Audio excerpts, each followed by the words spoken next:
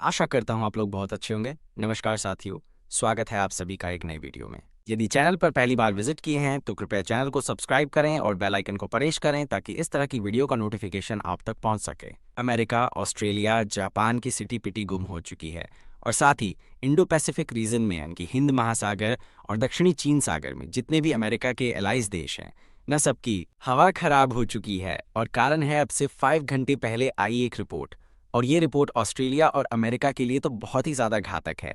कैसे, खुद स्क्रीन पर देखिए। रिपोर्ट आई है कि भारत का मैरीटाइम पड़ोसी देश इंडोनेशिया अपना एक सैन्य बेस रूस को देने जा रहा है। रूस ने इसके लिए रिक्वेस्ट दी है इंडोनेशिया को, जिसे इंडोनेशिया की सरकार जल्द ही अप्रूव करेगी। जिसके बाद होगा ये कि रूस इस एयरबेस पर अपने बम वर्षक विमान तैनात करेगा, वो भी लॉन्ग रेंज के। इतना ही नहीं, अपने कई लड़ाकू विमान और पूरा एक जंगी बेड़ा डिप्लॉय करेगा इस सैन्य अड्डे पर।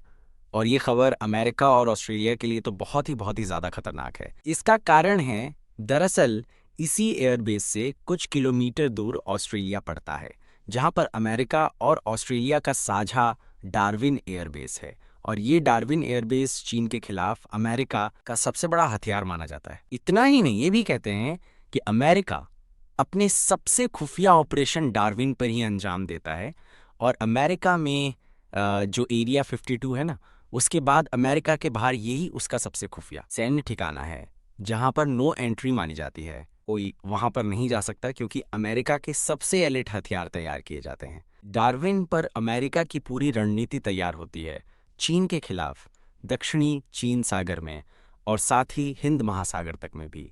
और इसीलिए अमेरिका के बाहर डार्विन एयरबेस को अमेरिका का सबसे इंपॉर्टेंट एयरबेस कहा जाता है। आप ऐसा भी कह सकते हैं कि मॉडर्न टाइम का ये पर्ल हार्बर है अमेरिका के लिए। और इससे कुछ 100 किलोमीटर दूर ही पड़ता है इंडोनेशिया का एक द्वीप समूह, जहां पर है मनहुआ एयरबेस, जो कि इंडोनेशियाई वायुसेना का एयरबेस है। और बताया जा रहा है कि इसे तेज़ी से एक्सपेंड किया जा रहा है। और उसी से ये खबर आई है कि रूस इसे एक्सपेंड करवा रहा है और बहुत ही जल्द इसे एक्वायर करेगा और अपने लड़ाकू विमान यहाँ पर तैनात भी करेगा।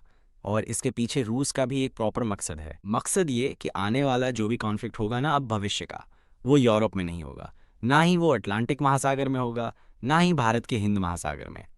अगला जो भी बड़ा कॉन्फ्लिक्ट या युद्ध होगा या कोल्ड वॉर होगा, वो होगा दक्षिणी चीन सागर में। यही हॉटस्पॉट होगा क्योंकि यहाँ पर दुनिया की सबसे ज़्यादा जो बड़ी पावरफुल कंट्रीज़ हैं, सब अपना अपना ठिकाना बना रही हैं। क्योंकि दक्षिणी चीन सागर में कहा जाता है कि $3 ट्रिलियन से भी ज़्यादा के अकूत खनिज संपदा समुद्र के गहराई में दफन है, जिसके निकालने के लेकर सारी ताकतवर कंट्रियों के बीच में होड़ है रूस का। यहाँ पर कोई स्टेक नहीं था रूस की, या ना कोई ज़मीन है ना कोई बेस है। ऐसे में रूस भी इसमें हिस्सेदारी चाहता है और आने वाले कॉन्फ्लिक्ट में एक मेजर रोल निभाना चाहता है। यही कारण है कि वो इंडोनेशिया के साथ अपने पुराने संबंधों का लाभ उठाकर उसके इस एयरबेस को एक्वायर करके दक्षिणी चीन सागर में अपनी प्रेजेंस मजबूत करना चाहता है।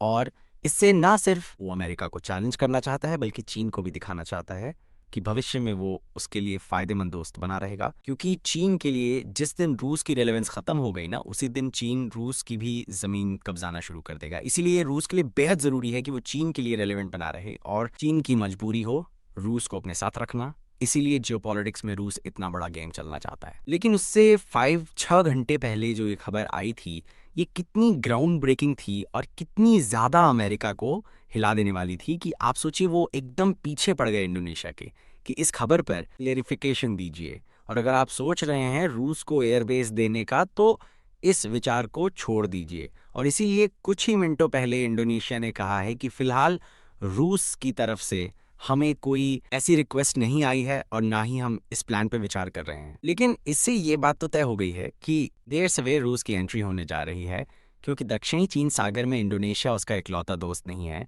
इससे भी बड़े दोस्त हैं, जैसे कि वियतनाम, लाओस और वो। इनमें से किसी एक के जरिए एक एयरबेस दक्षिणी चीन सागर में हासिल करके रहेगा ही रहेगा। अब देखने वाली बात यह है कि भारत यहाँ पर क्या रोल निभाने की तय करता है, या फिर हम सिर्फ अपने आप को हिंद महासागर तक ही सीमित रखते हैं। जो भी होगा मैं आपको अपडेट दूंगा। आप लोग चैनल को सब्सक्राइब करके रखना। आशा करता हूं आपको हमारी तरफ से दी गई जानकारी से आप संतुष्ट होंगे। तो इस तरह की अंदरूनी खबर के लिए आप चैनल को सब्सक्राइब करके ज़रूर रखिएगा। मिलते हैं अगले वीडियो में, तब तक के लिए आप अपना ख्याल रखिएगा। जय हिंद, वंदे मातरम, भारत माता की जय।